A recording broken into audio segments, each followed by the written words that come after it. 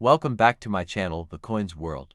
Today, we are diving into the fascinating history of the Philippine 50 centimo coin from 1971, a coin that might seem small in denomination but carries an incredible story about the nation's history, culture, and economy. If you own this coin, you are holding a piece of history that speaks volumes about the Philippines during a period of transition and change. The 50 centimo coin of 1971 belongs to the English series of Philippine coins which had been in circulation since the late 1950s. This series replaced the earlier coinage and featured designs that highlighted both Filipino identity and the use of English as the official language. By 1971, these coins were widely used in everyday trade, bridging traditional values and modern developments. On the obverse side of the 1971 50 centimo coin, you find a beautiful representation of the coat of arms of the Philippines. This symbol embodies national pride, with its elements reflecting sovereignty, unity, and resilience. The sun, the three stars, and the American bald eagle above the shield showcase the historical ties between the Philippines and the United States, while also asserting Filipino independence. The reverse side of the coin carries a striking image of Marcelo H. del Pilar, one of the great heroes of the Philippine Revolution. Del Pilar was not only a patriot but also a journalist who used his writings to challenge Spanish colonial rule. By placing his portrait on the 50 centimo coin, the government honored his memory and ensured that his legacy lived on in the hands of everyday Filipinos. The inclusion of Del Pilar was not random. In the early 1970s, the Philippines was navigating a period of political change and social awareness. Leaders wanted the people to feel connected to the revolutionaries who had fought for independence decades earlier. Thus, every time someone spent a 50 centimo coin, they were reminded of the sacrifices that had built the nation. The 1971 issue was minted in copper nickel, a durable alloy that ensured the coin could withstand heavy use in circulation. This was important because by the 1970s, inflation and modernization of the economy meant coins of all denominations were used daily in markets, transport fares, and household purchases. If we take a step back into history, the 50 centimo denomination had existed long before 1971. It can be traced back to Spanish and American colonial coinage, where denominations in centavos or centimos were crucial in trade. However, the 1971 version was uniquely Filipino in both imagery and cultural meaning. This coin was struck at a time when Ferdinand Marcos was president of the Philippines. The country was experiencing both economic growth and political tension. Having coins with strong nationalistic themes was part of the effort to strengthen Filipino identity and pride. Dominate.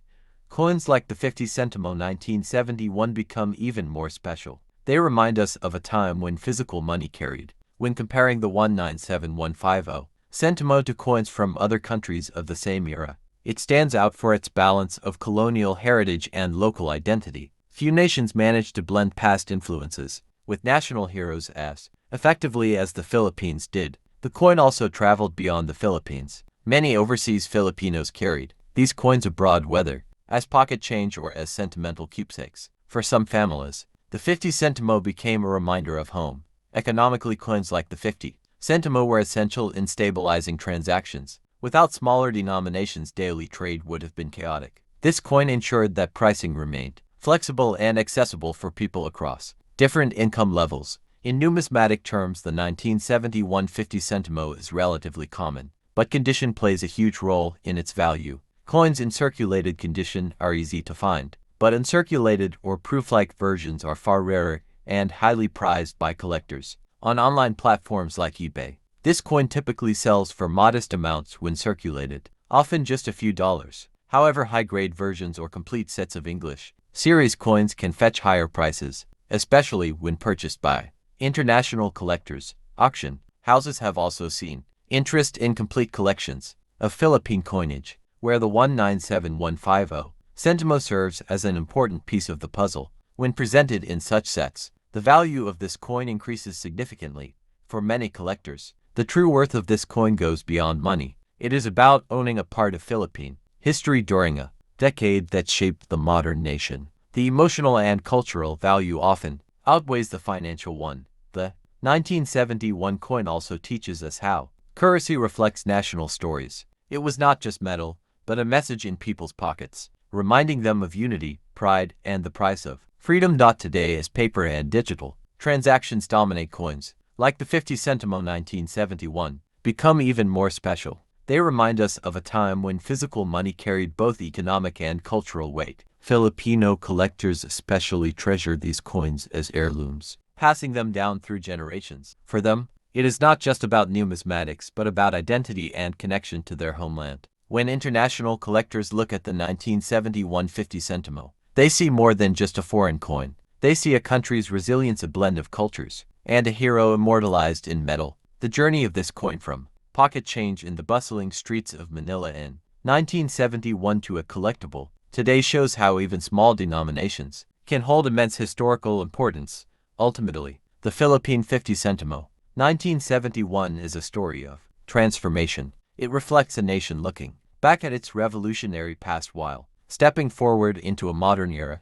And so this coin continues to live on, not just in collections or auctions, but in the story of the Filipino people themselves, a symbol of memory. World focusing on the Philippine 10 centimo 1982. It's written with deep historical storytelling and engaging flow, so your listeners stay interested through today.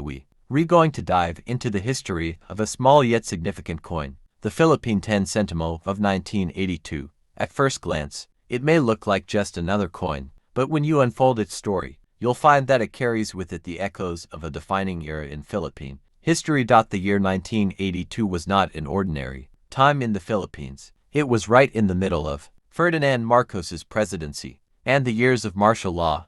During this period, every aspect of national life, even the money people used in their daily lives, was connected to the political and cultural landscape of the nation. The 10 centimo of 1982 belongs to the Engi Bagong Lipunan series, or the New Society series, which had been introduced after Marcos declared martial law in 1972. These coins were not just currency. They were part of the propaganda machine, carrying the slogan Engi Bagong Lipunan to remind Filipinos of the government's ideology. On the obverse side of the coin, you'll find the profile of Francisco Balagtas, one of the greatest Filipino literary figures, known for his masterpiece Florante at Laura. Balagtas symbolizes Filipino creativity, resilience, and cultural pride. His image on the coin was a way to link the country's past glory to the political message of the present. The reverse side displayed the coat of arms of the Republic of the Philippines along with the denomination. The placement of the official seal emphasized authority, nationhood, and unity under the New Society vision. The coin was made from aluminum bronze, giving it a distinct golden look. It was small, lightweight, and perfect for everyday circulation. At the time, 10 centimo still had purchasing power, allowing Filipinos to buy candies, school supplies, or small food items. But behind the practicality there was symbolism. Every coin minted during this era carried the message of a society being reshaped. For the Marcos government, the inclusion of slogans and the consistent use of national heroes aimed to keep the public aligned with its promises of reform.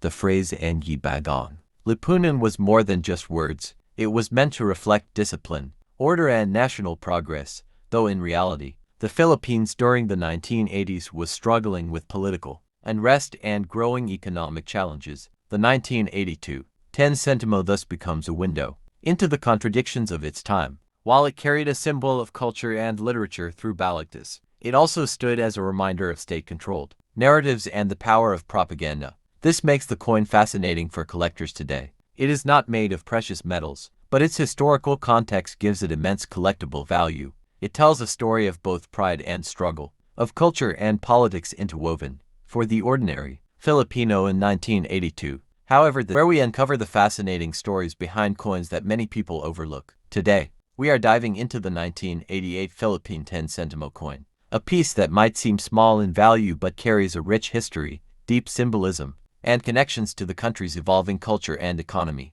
The 10 centimo coin is part of the Filipino currency system, where the peso is divided into 100 centavos or centimo. Even though the value of 10 centimo may not seem significant today, these coins have played a crucial role in everyday transactions, especially during a time when prices were much lower than they are now. The 1988 issue of the 10 centimo came at an interesting period in Philippine history. Just 2 years earlier, in 1986, The country had experienced the historic People Power Revolution, which brought down the regime of Ferdinand Marcos and restored democracy under President Corazon Aquino. The coin was minted during Aquino's presidency, a time when the country was reshaping its national identity. At the front of the 1988 10 centimo coin, you will find the portrait of Francisco Baltasar, also known as Francisco Balagtas, one of the greatest Filipino literary figures. He is celebrated as the Prince of Tagalog poets and the author of the epic Florandi at Laura, a masterpiece that reflects Filipino values, struggles, and aspirations. His presence on the coin connects literature and history with everyday life. The reverse side of the coin features the official seal of the Central Bank of the Philippines, known as Bangko Sentral ng Pilipinas. This emphasizes the authority of the institution responsible for monetary stability, reminding Filipinos of the importance of trust and control in the nation's financial system. The coin was made of copper nickel, giving it durability and a silvery appearance. Measuring 17 millimeters in diameter, it was small, lightweight, and practical for daily use. It may have been used to pay for jeepney fares, candies in sari-sari stores, or small household items, making it a part of everyday Filipino life in the late 1980s. Looking deeper into history, the 10 centimo coin represents the evolution of Philippine currency after independence. Earlier coins carried heavy Spanish and American influences, but by the time of the 1988 coin, the Philippines was proudly featuring its own national heroes, writers, and leaders. This was a powerful shift in asserting national identity. The presence of Balagtas on the coin also highlights the importance of language and culture at a time when globalization was influencing the country. Placing a Filipino writer on currency was a reminder of heritage, creativity, and resilience. The late 1980s were also a period of economic adjustment for the Philippines. After years of political turmoil, the Aquino government was working hard to stabilize the peso, control inflation, and encourage foreign investments. Small coins,